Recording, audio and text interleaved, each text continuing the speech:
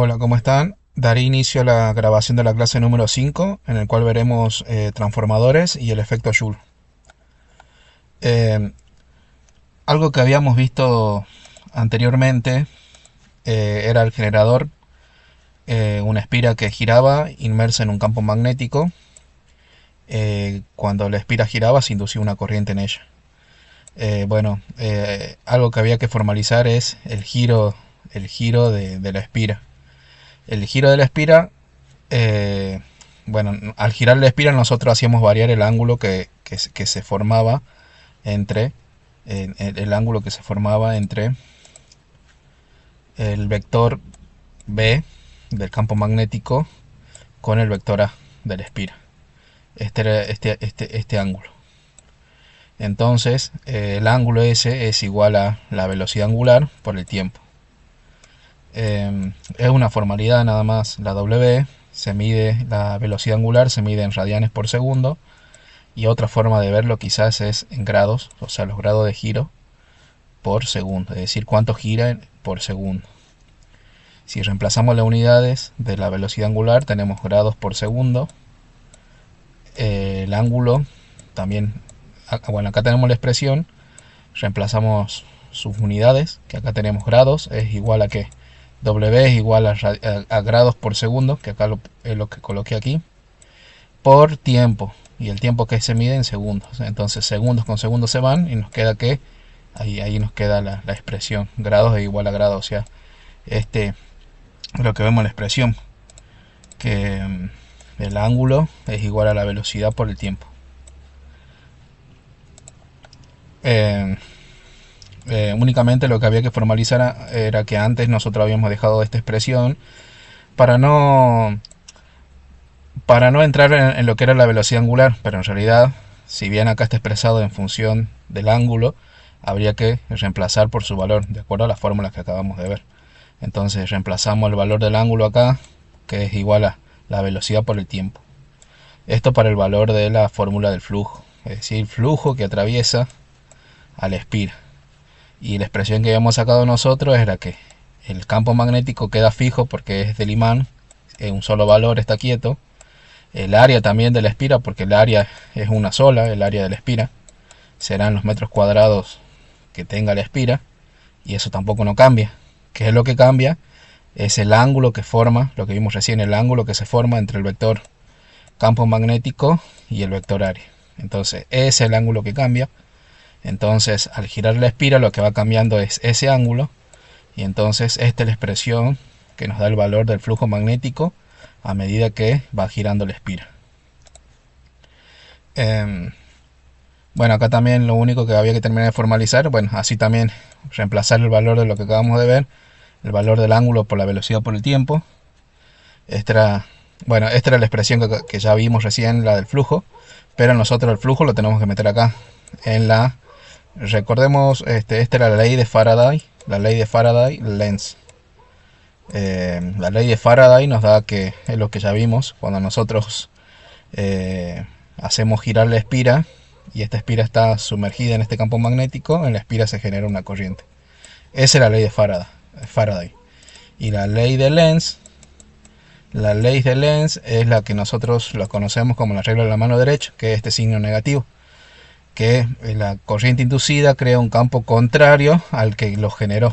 Si este campo magnético está para allá, la fe inducida es contrario al campo que lo genera. Y bueno, es lo que ya vimos en las clases anteriores.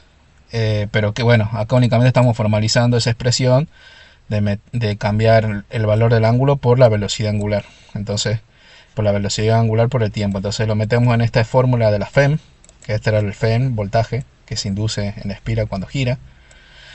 ¿Y qué nos dice? Que la FEM, el voltaje, va a ser igual, que esto ya lo vimos, el número de espira que tenga la bobina, cuántas vueltas tenga la bobina. En este caso es una sola espira, N sería acá igual a 1, por la derivada del flujo en función del tiempo. ¿Y qué era el flujo? Era esta expresión que tenemos acá. Entonces nosotros lo tenemos que meter acá, como lo hicimos aquí, y derivar esta expresión. La derivada es una expresión matemática, y nosotros, si vamos a buscar las fórmulas de cómo se derivan, Bueno, la fórmula nos diría que la derivada del coseno es el seno por el argumento, por la derivada del argumento en función del tiempo. Bueno, pero básicamente eso están en tablas y el resultado es este. No nos interesa bien, no nos interesa tanto cómo se obtiene, sino que bueno, esto se resuelve en una operación matemática y el resultado nos da esto. Algo que es muy parecido al flujo, porque depende del flujo. Entonces acá el resultado nos queda. Acá el signo negativo se fue porque la derivada del coseno es menos seno. Entonces ese menos seno, con este menos se hace más, entonces te queda esta expresión. Pero bueno, no quiero perder de vista que eso es simplemente una operación matemática, que hay que resolverla, y nos queda que la fuerza electromotriz, que la FEM, es igual, o sea, el voltaje es igual al número de vueltas que tenga la espira, por el valor del campo magnético, por el área de la espira, por la velocidad angular a la que está girando la espira, por el seno. Este valor, así como vimos con el flujo, este valor es fijo, nunca va a cambiar. Si nosotros tenemos un generador, el generador va a girar a tal velocidad angular, también va a permanecer fijo. Entonces lo que nos hace variar, ¿qué es? La velocidad de giro. La velocidad de giro hacia este valor del seno, que es lo que vimos del seno, que la función seno, coseno, son estas, bueno, esta sería la función, la FEM, con su función seno. El seno siempre parte en cero en el origen y va variando, tiene un semiciclo positivo y luego pasa por cero y el segundo semiciclo es negativo. Entonces acá la espira, como ya vimos, da una vuelta completa. Simplemente eso era para terminar de formalizar esta expresión, porque no estaba del todo bien hecha como lo hicimos en la primera clase, pero era para no meternos tanto en matemática, no es la idea, pero bueno, acá ya quedan nuestras expresiones en función de la velocidad de giro.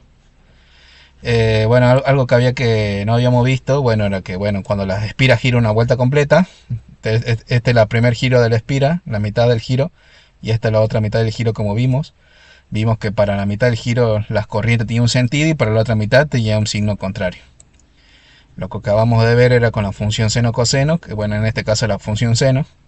Y bueno, a esto lo llama el semiciclo. Este es un semiciclo y este otro semiciclo. Dos semiciclos hacen el ciclo completo. Bueno, otro concepto que hay que simplemente saber qué es la frecuencia. La frecuencia es la cantidad de ciclos que da, por ejemplo, el giro de la espira por segundo. Acá tendríamos un giro con un hertz. La frecuencia se mide en hertz, así como hertz se escribe así, hertz, y se abrevia así la unidad. Entonces, un hertz es un ciclo, es decir, que la espira hizo un ciclo en un segundo. Eso es un hertz. 2 hertz es cuando se completan dos ciclos. Acá está el primer ciclo y acá está el segundo ciclo. Dos ciclos en un segundo. 2 hertz. Y así sucesivamente. Acá en este caso tenemos 4 hertz, que quiere decir que hace 4 giros. 1, 2, 3 y 4. 4 ciclos completos en un segundo. Entonces, la red argentina, bueno, como vimos, es tensión alterna, corriente alterna, porque va variando, es variable. En un semiciclo es positivo, en otro semiciclo es negativo.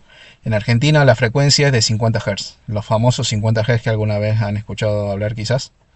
¿Qué quiere decir 50 Hz? Que nuestra onda en Argentina, la onda de tensión y la de corriente, hacen 50 ciclos completos, o sea, la espira gira 50 veces en un segundo, es decir, bastante rápido. En otros países es de 60, por ejemplo, me parece que en Brasil es de 60 Hz. En algunos países es de 60 Hz la frecuencia. Bueno, otra cosa que hay que saber que es el periodo. El periodo es el tiempo que tarda, que demora en hacerse un ciclo completo, es decir, una vuelta de espira. Y bueno, esta es una expresión matemática que la frecuencia es esta f, es igual a 1 sobre el periodo, el inversa, es decir, 1 sobre el periodo. Si nosotros queremos saber cuánto es el periodo para los 50 Hz que tenemos en Argentina, usamos esta expresión, pasamos multiplicando para allá al t y pasamos dividiendo la frecuencia. Despejamos el periodo y acá lo pasamos acá. Entonces el t queda ahí porque esto pasó multiplicando y la frecuencia pasó dividiendo para acá. Entonces nos queda que el periodo es igual a 1 sobre la frecuencia. reemplazamos los valores, es decir, 1 sobre 50, porque no tenemos 50 Hz, metemos en la calculadora y nos da que un ciclo se completa en 0,02 segundos. Ustedes fíjense en que estos son 20 milisegundos, es decir que no llegó ni a un segundo, no llegó ni a medio segundo. Esto es 0,02 segundos, es un tiempo muy chiquitito, es decir, no es ni un segundo, no es ni medio segundo, ¿entienden? Es 20 milisegundos, es 0,02 segundos. Y bueno, más adelante ya vamos a ver que las protecciones, por ejemplo, que la mayoría de las protecciones termomagnéticas son limitadoras y por ejemplo, cuando hay alguna falla, la protección termomagnética despeja la falla antes de que la tensión o la corriente lleguen al pico. Despeja antes, por ejemplo acá, por decir algo. Entonces imagínense, si ya 0,02 segundos ya es un valor muy chiquito, imaginen qué tan rápido despeja la falla una protección en un tiempo muy pequeño. Bueno, ese es uno. Bueno, otro concepto también, hay protecciones, las protecciones más grandes que algún día vamos a ir a ver en el hospital, que son los interruptores abiertos, que es la cabecera, el interruptor más grande que tenemos en el hospital, que es que tenemos, los cables salen del transformador y llegan al tablero general. Esa protección principal no son limitadoras. ¿Y qué quiere decir que no es limitadora? Que deja pasar que la falla progrese y recién, luego de un tiempo un poquito más largo, recién despeja la falla. Usa esta energía para que el mecanismo del interruptor abra y despeje la falla. Pero la mayoría de los interruptores, los chiquitos que tenemos en la casa, son limitadores. Abren la falla antes de que cumpla un ciclo. Y bueno, ahí estamos viendo los tiempos que son bastante rápidos. Bueno, también habría que dejar en claro que nosotros cuando tenemos una batería, el voltaje que inyecta la batería es continuo, y cuando nosotros hacíamos girar la espira, el voltaje que nosotros generamos es alterno. Cuando la espira, ya también lo vimos, cuando la espira en un semiciclo la corriente va en un sentido, y cuando gira la mitad de la vuelta, la corriente en el mismo lado de la espira, en el mismo lado del conductor, cambia de signo.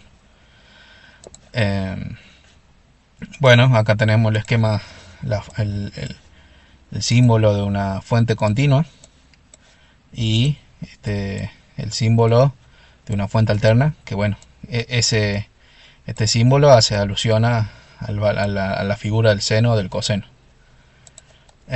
Bueno, después también otra cosa que nosotros vimos, una espira girando una sola, que era esta espira girando. Pero en realidad nosotros, en la red que tenemos nosotros, esa espira, en realidad son tres conjuntos, son tres espiras, porque nosotros tenemos una red trifásica. Entonces, más allá que acá nosotros veamos, por ejemplo, acá tenemos tres bobinas. Esto sería un generador, bueno, en reales se usan generadores síncronos, que bueno, acá tienen tres bobinas, que es la azul, amarilla y roja. Entonces, acá tenemos tres, son las tres fases que nosotros conocemos. La trifásica, que es por ejemplo fase 1 la azul, fase 2 la roja, fase 3 la amarilla, o la fase R, S, T, que algunas veces también se la designa así. Más allá de que nosotros, bueno, otra cosa que quería dejar en claro un poquito, por ahí a veces se pierde con la figura. Nosotros siempre que tenemos una bobina, la bobina tiene un principio, recorre la espira y tiene un final, tiene un principio y un final. Y bueno, acá nos interesa mucho el juego de bobinas azules. Es una sola bobina, por ejemplo, por dar un ejemplo, nosotros tenemos el principio de la bobina, el cable viene, se enrolla en esta zapata, y de alguna manera el cable pasa por el otro lado, se termina de enrollar y sale. Entonces nosotros tenemos dos cables para una bobina, y lo mismo para la amarilla. Es un cable que entra, que sale y que pasa al otro y sale. Tenemos un principio y un final. Lo mismo que esto, hay un cable que entra aquí, pasa acá, das todas las vueltas y sale. Siempre tenemos un principio y un final, no hay que perder de vista eso. ¿Y qué es lo que va a pasar? Que nosotros en un extremo del cable, nosotros tenemos este cable, acá es donde se va a inducir el voltaje. Si nosotros vendríamos con un voltímetro y nosotros le aplicamos sus puntas acá, medimos acá y acá, ¿qué es lo que veríamos en el voltímetro? Es la tensión que estamos generando, el valor de tensión que estamos generando. Eso es lo que veríamos en el voltímetro, que para el caso de Argentina sería 380 voltios, que son los 300 voltios que tenemos en trifásica. 380 voltios entre línea, y bueno, acá no tenemos el neutro todavía, pero sí el generador, en general los generadores están conectados en estrella, pero más adelante vamos a ver el concepto de estrella y triángulo. Pero no hay que perder de vista eso, que tiene un principio y un final, y entre esos bornes, bueno, nosotros si a esta bobina le conectáramos una carga, por ejemplo, por decir algo, una luz, un motor, lo que sea, bueno, ahí esto ya empezaría a funcionar. Obviamente que tiene que ser de acuerdo a los valores de tensión para que funcione el equipo. Es lo mismo que esto, que acá nosotros, si acá al que está conectado al espira, a un lado del espira, y acá el otro lado le conectamos acá una lámpara, un motor o lo que sea, bueno, esto va a prender, va a funcionar, porque ahí ya se está generando el voltaje. Y al generar el voltaje y cerrar el circuito, un camino cerrado, que es lo que vimos con la ley de Ohm, con la ley de Kirchhoff, empieza a circular una corriente, porque el circuito se cierra. Bueno, lo que acá queremos ver, pero ¿cómo es un generador? Porque un generador, acá teníamos el generador monofásico, pero acá ya tenemos el trifásico. Pero que no es mucho más que son 3 bobinas, es como si tuviéramos de alguna manera, si lo pudiéramos ver de alguna manera más sencilla, esta es una bobina, 120 grados después, 120 grados después aparece otra espira, si la pudiéramos dibujar, soy un desastre dibujando, estaría desplazada la otra, y 120 grados después estaría la otra, estaría un poco más para acá. O sea, serían 3 de estas desfasadas. Y bueno, es lo que está dibujado de alguna manera acá. Son 3 bobinas que están desfasadas 120 grados una con otra. Nosotros tenemos acá, que tenemos la otra y acá tenemos la otra. Y entre una y otra hay 120 grados. Entre esta y esta hay 120 grados. Entre cada una de ellas hay 120 grados. Es decir, ¿qué es lo que pasa? El imán empieza a girar. El imán, el estator es donde está quieto, donde se induce, donde están las bobinas, están quietas, y lo que gira es este imán, que este imán se llama rotor porque es el que está girando, rotando. Entonces este imán empieza a girar, y a medida que gira, va barriendo las bobinas. Entonces el flujo magnético atraviesa la bobina. Entonces, y en la bobina ya se empieza a crear una corriente inducida, que va a tener el signo de acuerdo a, bueno, a cómo está orientado acá el polo norte y el sur de este electroimán que se está creando acá. Como les dije, lo que está acá en el medio es un electroimán. Un electroimán que es una bobina a la cual nosotros le conectamos una batería. Entonces nosotros le conectamos una batería, circula una corriente por acá, y lo que vimos en la primera clase acá, se crea un imán, un campo magnético. Líneas de campo son salientes del polo norte y entrantes al polo sur. Y eso depende de, con la regla de la mano derecha, cómo va a circular esa corriente. Entonces, a medida que estas líneas de campo que salen del imán, del campo magnético que sale del imán, atraviesan la bobina, en la bobina se empieza a circular una corriente. Y entonces ya también se induce el voltaje de la FEM inducida, el voltaje. Entonces, cuando el imán gira, acá está con esta flecha, pero en realidad está mal. En realidad esto tiene que girar así, para el otro lado, de acuerdo a cómo está hecho este dibujo. Entonces está mal el dibujo de las flechas. Esto gira para allá. Entonces el imán, al girar, induce corriente acá. Entonces sale el azul primero. ¿Vieron acá? Sale el azul. Después el imán sigue girando y agarra a la roja. Entonces, un tiempo después, que son 120 grados, sale la roja. Y después el imán sigue girando y barre a la bobina amarilla. y la tercera que sale es la bobina amarilla. Entonces primero sale la azul, la roja y la amarilla. Y como el campo magnético,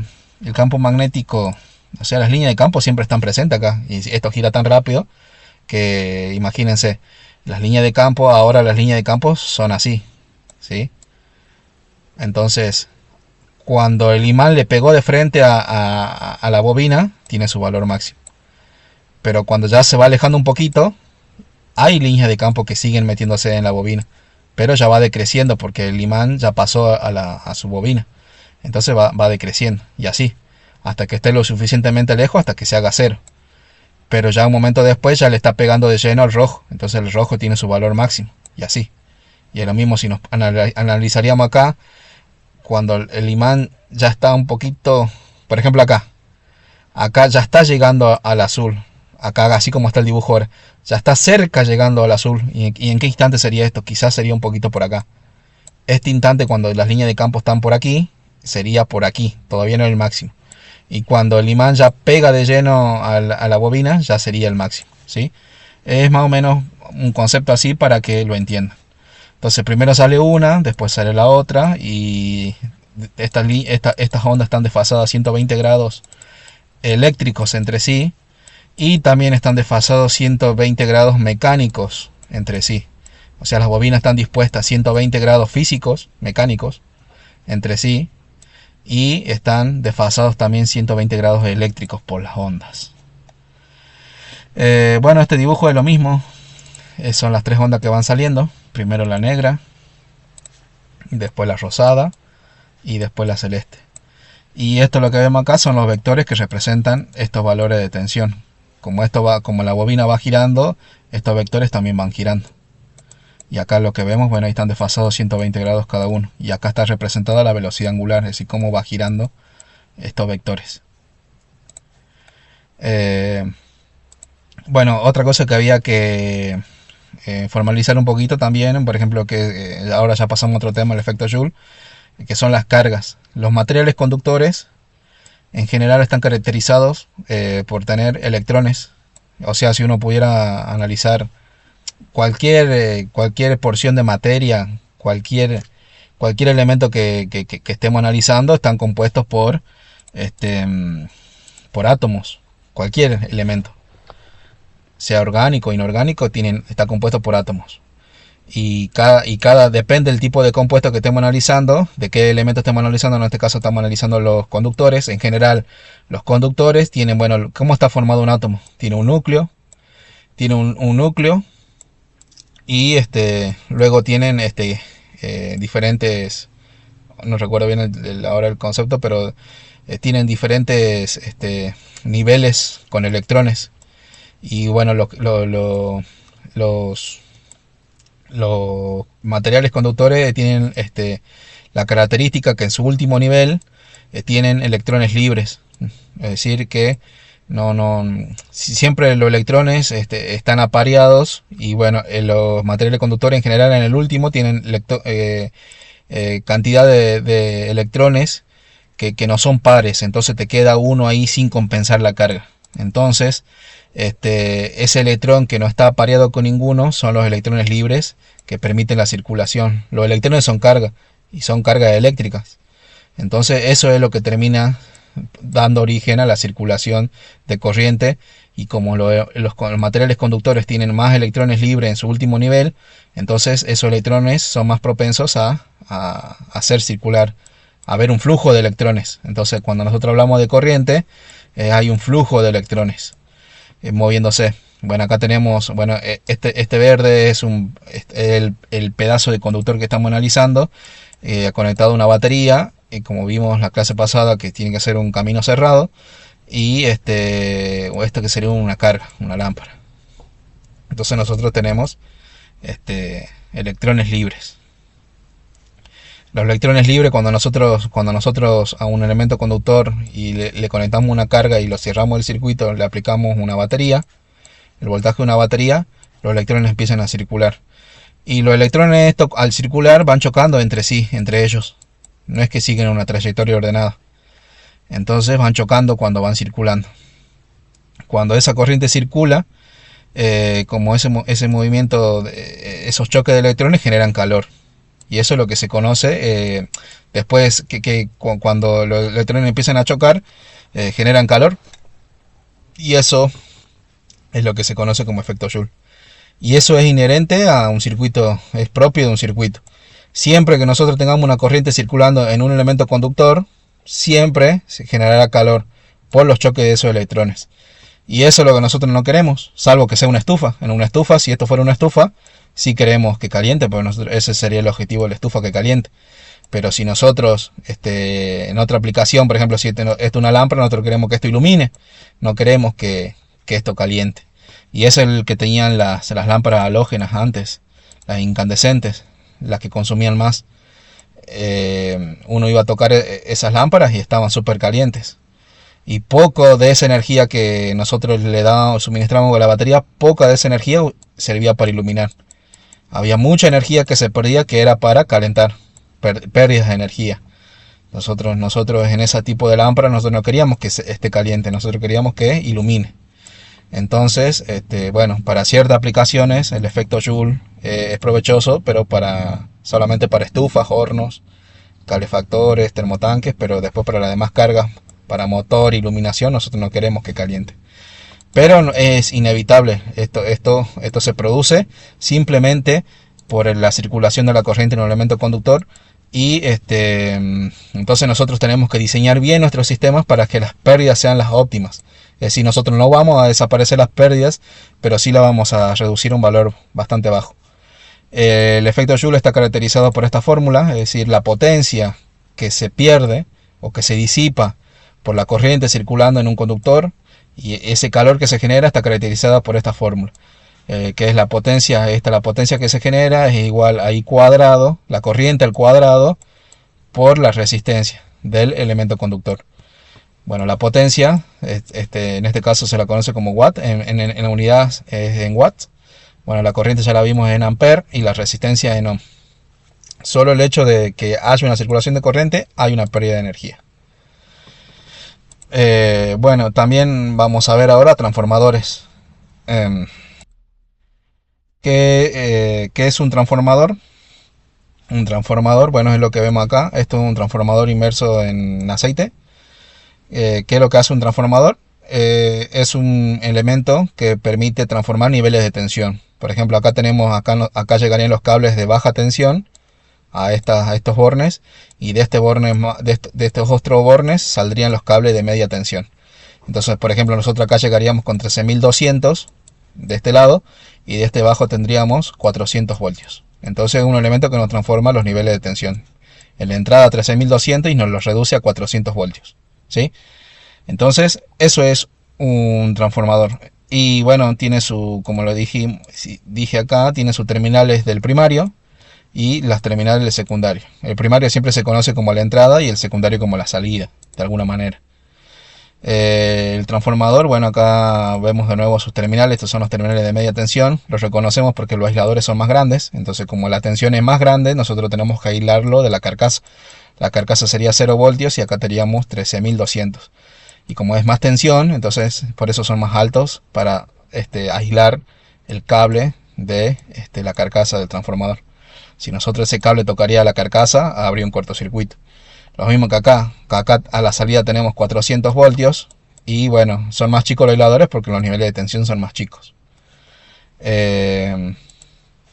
Después acá otra cosa que vemos acá, el núcleo del transformador. Y acá adentro vemos las bobinas del transformador, que bueno, ya la vamos a ver ahora. Entonces, ¿qué es un transformador?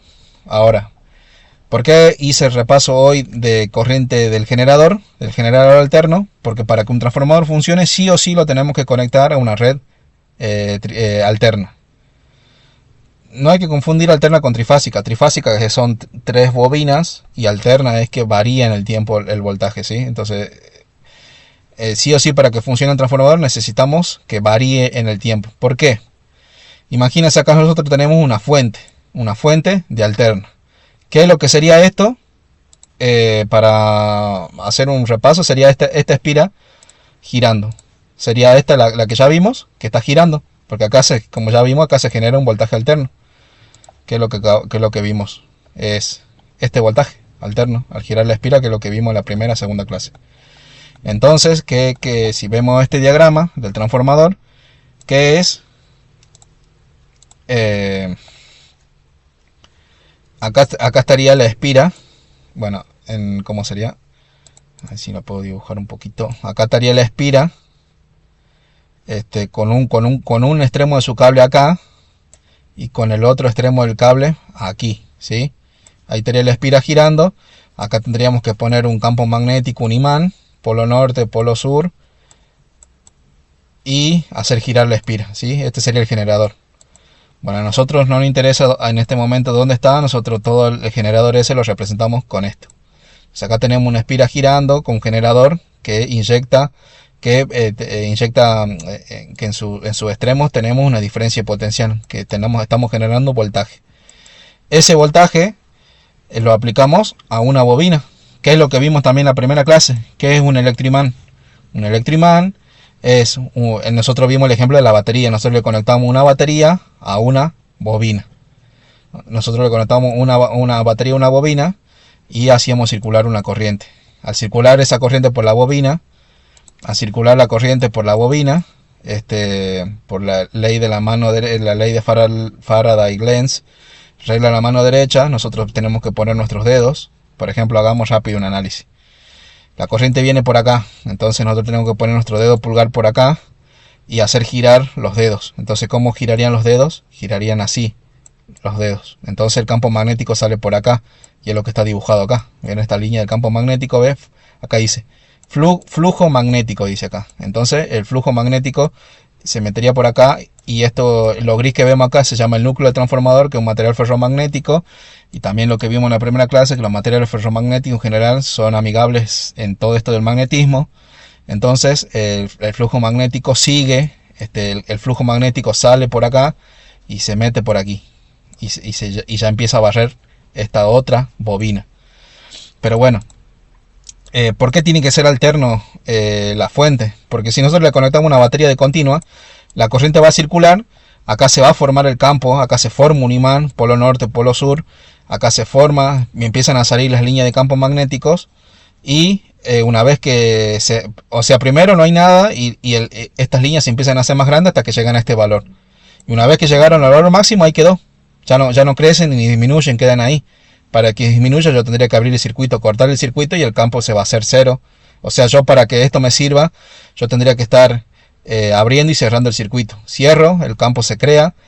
Abro, el campo desaparece, se hace cero. Yo vuelvo a cerrar y el campo vuelve a aparecer. Pero eso es impráctico. Entonces por eso yo acá necesito que el campo magnético que se crea sea variable. Entonces yo conecto una fuente variable, una corriente variable. Entonces lo que vemos acá, cuando yo apenas conecte ¿se acuerdan? La corriente hace un valor así. El voltaje y la corriente van variando en función del tiempo. Entonces cuando yo conecte la fuente, vamos a estar suponiendo en un valor acá bastante cercano a cero. En un instante después la corriente va a crecer un poquito, y el campo magnético, a lo que está dibujado acá, es esto, es la bobina con la fuente, es esto lo que estamos viendo acá. Entonces cuando ya se crezca la corriente un poquito, el campo magnético va a empezar a aparecer, así como está acá, como lo vemos acá. Pero la corriente después se hace más grande y el campo magnético se hace más grande. Lo que hay que prestar atención acá, el norte y el sur. Una vez que después la corriente empieza a decrecer, nuevamente el campo magnético se va a hacer chico como acá, hasta que desaparezca porque la corriente se haga cero. ¿Y qué dependía de esto? ¿Se acuerdan? En la primera clase, vayan a repasar la primera clase. En la primera clase, el campo magnético que se induce en una bobina depende de esta fórmula. ¿Y de qué depende esta fórmula? Del núcleo. ¿Qué es el núcleo? El núcleo que está acá. La corriente, el valor de la corriente. ¿Y de qué depende el valor de la corriente? Del voltaje que yo conecte en la fuente. Que es lo que está pasando acá, que en un instante cero va subiendo. Entonces, a medida que va subiendo el valor de corriente, el campo magnético va cambiando. Es lo que estamos viendo acá. Al comienzo es chiquito y después se hace grande, y después se vuelve a ser chiquito hasta que se hace cero. Una vez que pasó por cero, la espira sigue girando. La espira, ¿se acuerdan que la espira que está acá en el generador sigue girando? Pero ya en sentido, ya dio media vuelta, y la corriente cambió de signo, en signo negativo. ¿Y qué es lo que pasa en signo negativo? Según lo que vemos acá, podríamos ver acá, al principio la corriente iba por acá, y cuando cambió de signo, ahora que cambió de signo, la corriente viene en sentido contrario. Y si volvemos a hacer el arreglo de la mano derecha, ahora nosotros tendremos que poner el dedo pulgar acá apuntando por acá, y los demás dedos nos darían que el campo magnético se va para el lado contrario. Entonces el campo magnético, entonces ya el polo norte ya no estaría acá, sino acá ya estaría el polo sur. El polo norte se forma por acá. ¿Por qué? Porque las líneas en el electroimán, la línea de campo salen del polo norte e ingresan en el polo sur, ¿sí? Entonces, ¿qué es lo que vemos acá? Ya se invirtió el imán, y es lo que vemos en esta imagen. Cuando la corriente se hizo cero, primero era positivo, después se hizo negativo. Cuando se empezó a hacer cero, negativo, cuando se hizo negativo, pero ya tomó un valor negativo un poco, ya no es cero, sino que ya se hizo un valor negativo, el campo magnético empieza a aparecer. ¿Y qué es lo que vemos? Como la corriente cambió de signo, y acá acá analizamos recién, los polos también se invirtieron, acá lo estamos viendo acá. El polo norte cambió con respecto cuando era positivo la corriente, bueno, acá ya cambió porque la corriente es negativa. Y pasa lo mismo, a medida que la corriente se va haciendo, llegó al valor máximo negativo acá, el imán, el campo magnético tomó esa forma.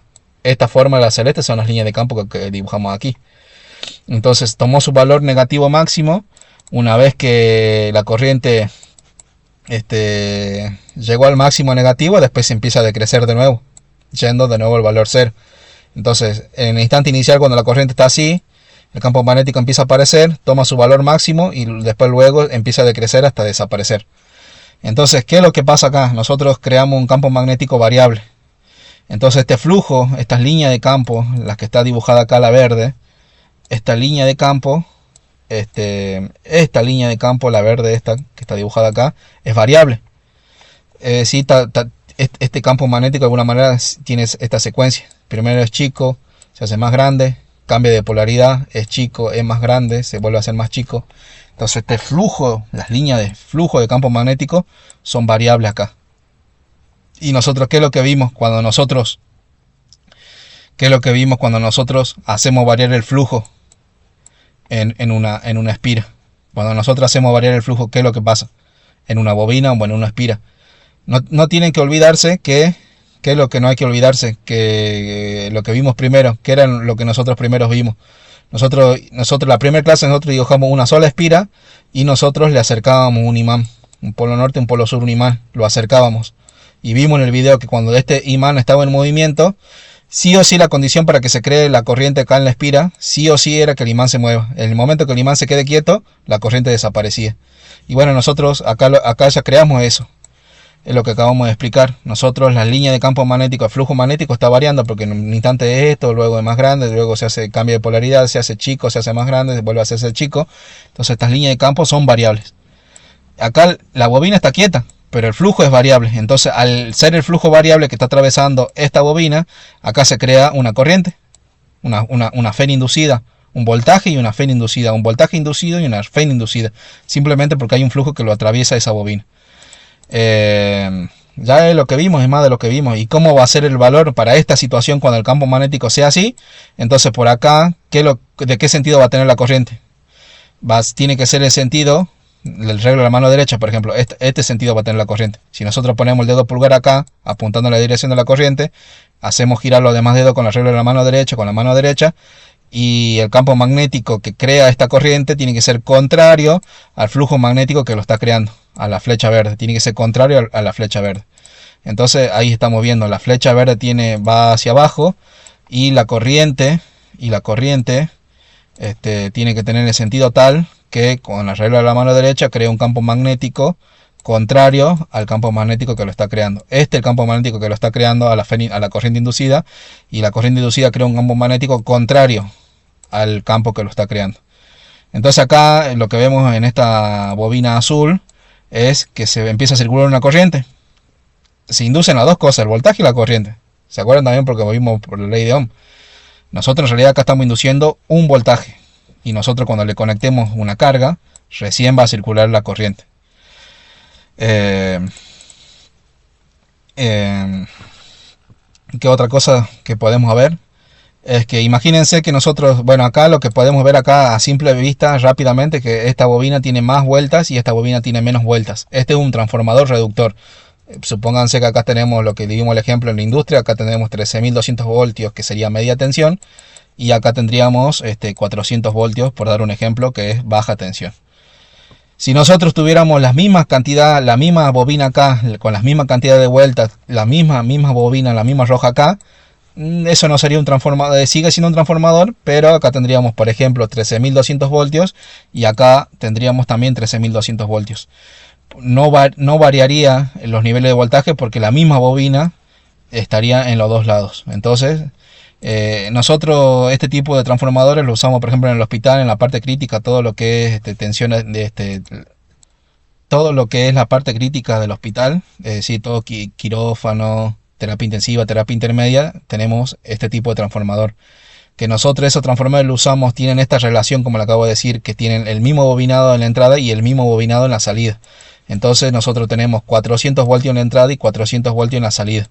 Y esos transformadores únicamente nos sirve para separarnos, o sea, separar. Nosotros acá tenemos el hospital, la parte, el circuito que alimenta el hospital, por decirlo de alguna manera, y de acá del otro lado tenemos el quirófano, la terapia intermedia, terapia intensiva. Entonces nosotros nos separamos eléctricamente una parte de la otra.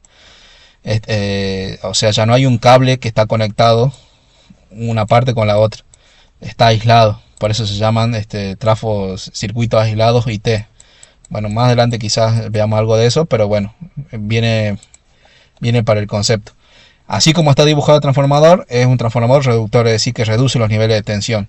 ¿Y qué expresión? Bueno, acá tenemos la expresión que nos caracteriza cómo son los niveles, cómo se transforman los niveles de tensión y cómo se transforman los niveles de corriente. Bueno, esa fórmula es esta, es la relación de transformación. Bueno, ya estaba acá. Lo que nos caracteriza eso es la relación de transformación, y así tal cual está esta fórmula, que es el voltaje que está en la entrada, que sería acá el V1, sobre el voltaje en la salida, que sería el V2, que teníamos acá en la bobina azul. El N1 son las cantidades de vueltas que tenemos en el primario, y el N2 son las cantidades de vueltas que tenemos en el secundario. La corriente 2 es la corriente que circula por el secundario, y la corriente 1 es la corriente con el que alimentamos al transformador en el primario, ¿sí? Es simplemente esa igualdad, y cada una de estas igualdades, V1 sobre V sub 2 es igual a la relación de transformación, N1 sobre N2 también es igual a la relación de transformación, y la corriente 2 sobre la corriente I1 también es la relación de transformación. Entonces acá veamos un ejemplo práctico, lo que tenemos en industria. Por ejemplo, acá tenemos 13.200 voltios y nosotros quisiéramos saber qué voltaje tendríamos acá a la salida. Nosotros ya sabemos que tenemos 400 voltios, pero bueno, nosotros vamos a ver la placa, así como un motor tiene una placa, los transformadores también tienen una placa, y ahí nos dan todos los valores, pero nosotros que saquemos primero cuál es la relación de transformación. Entonces, usamos esta fórmula y apliquemos, si queremos, esto, por ejemplo, el voltaje 1 sobre el voltaje 2. El voltaje 1, como dije, 13.200 voltios en el primario media tensión, y en el voltaje 2 iría en baja tensión, que sería 400 voltios. Dividimos 13.200 dividido 400, nos da que la relación de transformación es 33. Entonces nuestro transformador en industria tiene una relación de transformación en 33. Entonces ahora nosotros, por ejemplo, en el hospital nosotros tenemos un transformador que entrega 1800 amperes. Entonces de alguna manera busquemos cuánta corriente tendría en el primario. Y ahí se va a evidenciar un fenómeno, que es lo que también, bueno, acá hacemos ese ejercicio. Entonces, de nuevo tenemos que utilizar la relación de transformación. Entonces usamos esta partecita de la fórmula ahora. Esta. Nosotros ya tenemos que la relación de transformación es 33. La corriente del secundario, nuestro transformador en el hospital puede entregar hasta 1800 amperes. Entonces yo quiero saber qué corriente tenemos en el primario y media tensión. Entonces, ahora lo único que tenemos que hacer es I1 tiene que pasar multiplicando para acá, que es lo que queremos conocer, y la relación de transformación tiene que pasar dividiendo. Así que la corriente tiene que pasar multiplicando, que es lo que, bueno, acá ya lo hice igual. Entonces usamos esta fórmula y reemplazamos los valores. I2 es la corriente en el secundario, que es 1800 amperes, sobre I1, que es lo que nosotros queremos conocer, es igual a la relación de transformación. Entonces acá tenemos I2 sobre I1 es igual a 33. I2 ya sabemos que es 1800 y I1 es lo que queremos conocer. Entonces acá esto pasa multiplicando para allá y el 33 pasa dividiendo. Entonces tenemos I2, que es 1800, dividido 33, que es igual a I1, que pasó multiplicando, ¿sí? Entonces nosotros metemos esto en la calculadora, calculamos, nos da que da 54 amperes. Entonces, ¿qué no quiere decir eso? Que nosotros en el primario vamos a tener circulando 54 amperes y en el primario vamos a tener 54 amperes en el lado de media tensión. ¿Qué quiere decir? Perdón, nosotros acá en el media tensión, en el lado primario tenemos 13.200 voltios y 54,54 amperes de corriente. Eso en el primario. Y en el secundario nosotros tenemos 400 voltios y 1800 amperes. ¿Sí? Entonces ahí ya vemos dos cosas. La tensión cambió y la corriente también cambió. Esto trabajando con el transformador a toda carga, digamos, que está entregando los 1800. Pero nosotros diríamos de alguna manera, che, pero acá tenemos distintos niveles de tensión y 54 amperes aproximadamente, y acá tenemos 400 y 1800 amperes. Y a simple vista ustedes podrían decir, che, ¿dónde hay más energía? Yo diría, acá hay más voltaje, yo diría, acá hay más potencia o mayor energía. O yo diría, no, pero acá tenemos mayor corriente, pero el voltaje más chico. Entonces, a simple vista quizás alguien quiere decir, no, acá hay mayor energía o acá hay mayor energía o mayor potencia. Y la potencia y la energía en los dos lados es igual, porque es como lo que vimos en el efecto, la bifurcación en las leyes de Kirchhoff. Cuando nosotros tenemos una corriente, la corriente no desaparece. Si se divide en cantidades iguales. Por ejemplo, si la corriente acá es 10 amperes, acá tendríamos 5 amperes y 5 amperes que se bifurca. Lo mismo que la conservación de la masa en una cañería. Si nosotros acá tenemos 10 litros de agua que viene por esta cañería, acá tendríamos 5 y 5 litros. Bueno, acá la potencia tampoco. La potencia, la energía no se desaparece, se transforma. Entonces, si nosotros acá tenemos un nivel de potencia, acá también tenemos que tener el mismo nivel de potencia o de energía. Y bueno, acá ya también le introduzco con la definición de potencia.